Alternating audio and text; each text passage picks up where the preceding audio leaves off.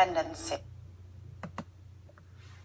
Do you know someone that has a problem with alcohol? Do they drink to excess, and are you worried about it?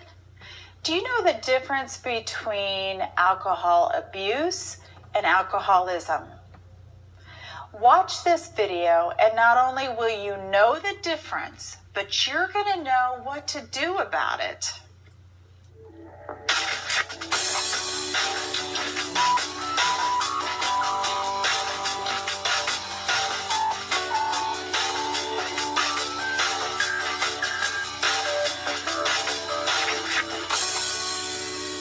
Most of the time when we're worried about somebody misusing alcohol, we're worried about whether or not they're an alcoholic.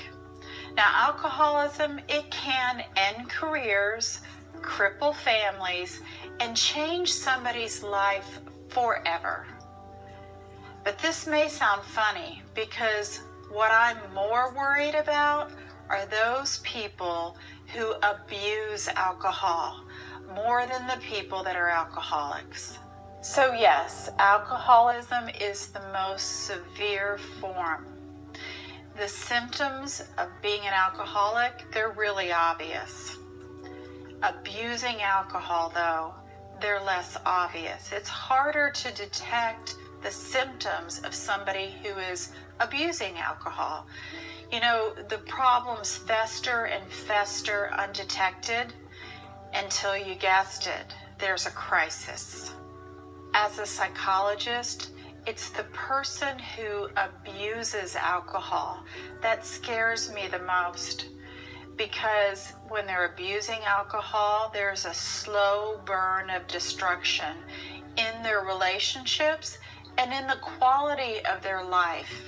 For the people who are abusing alcohol, they will tell me, I'm not an alcoholic because I go days without drinking. I get up every morning, I go to work, my job isn't in jeopardy. I'm in good health, so there's nothing to worry about. When someone says that to me, I tell them you're abusing alcohol if someone close to you has told you that they're worried about your drinking. You use it as a way to cope with your day. You are secretive about your alcohol consumption. You are failing in your responsibilities at work, at school, or at home. You are dangerous about your drinking. And you continue to drink despite having an ongoing relationship problem that's caused or worsened by drinking. So alcoholism is different. It's the chronic, compulsive, uncontrolled consumption of alcohol. It's similar to alcohol abuse, but it's way more severe, and it has one additional symptom, and that's physical dependency.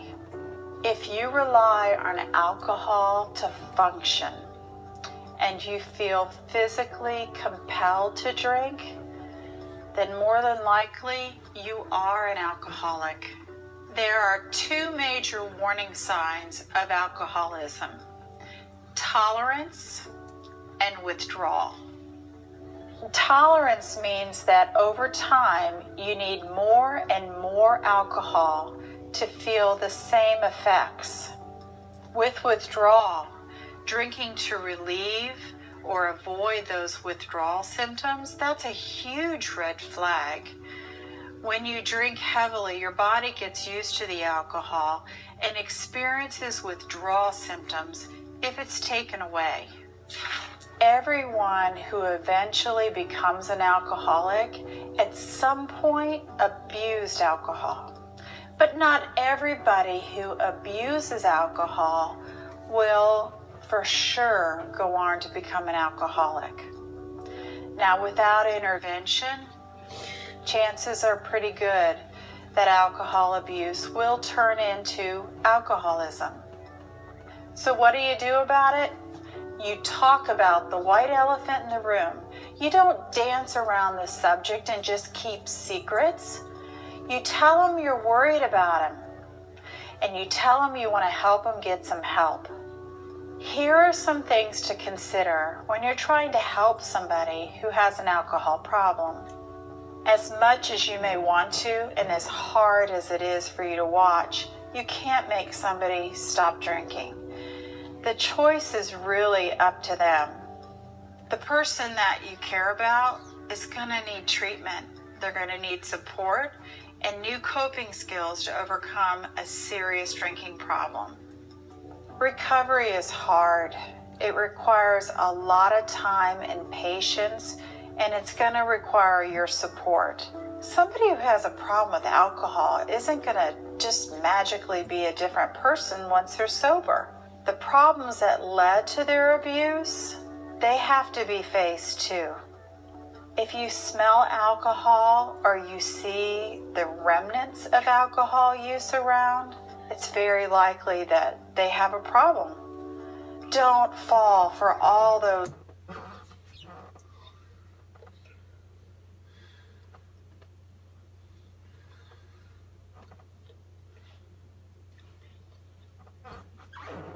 ways they try to deceive you.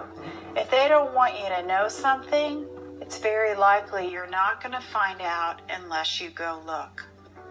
People who have problems with alcohol very likely also have trouble with anxiety, depression, the stress of everyday events, or they may even have feelings of insecurity.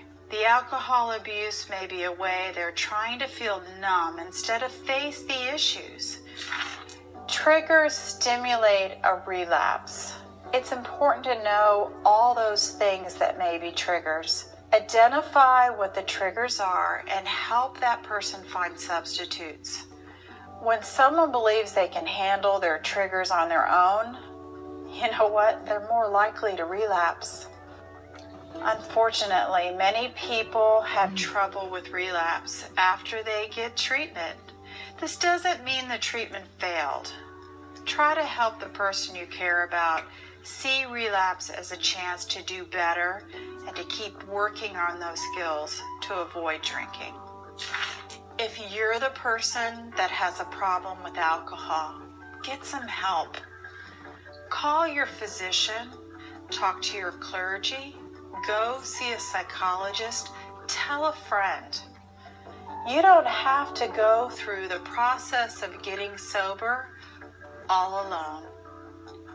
Share this video with someone that you know would benefit from the information. Don't forget to subscribe to my YouTube channel where you can have access to all my latest videos on various clinical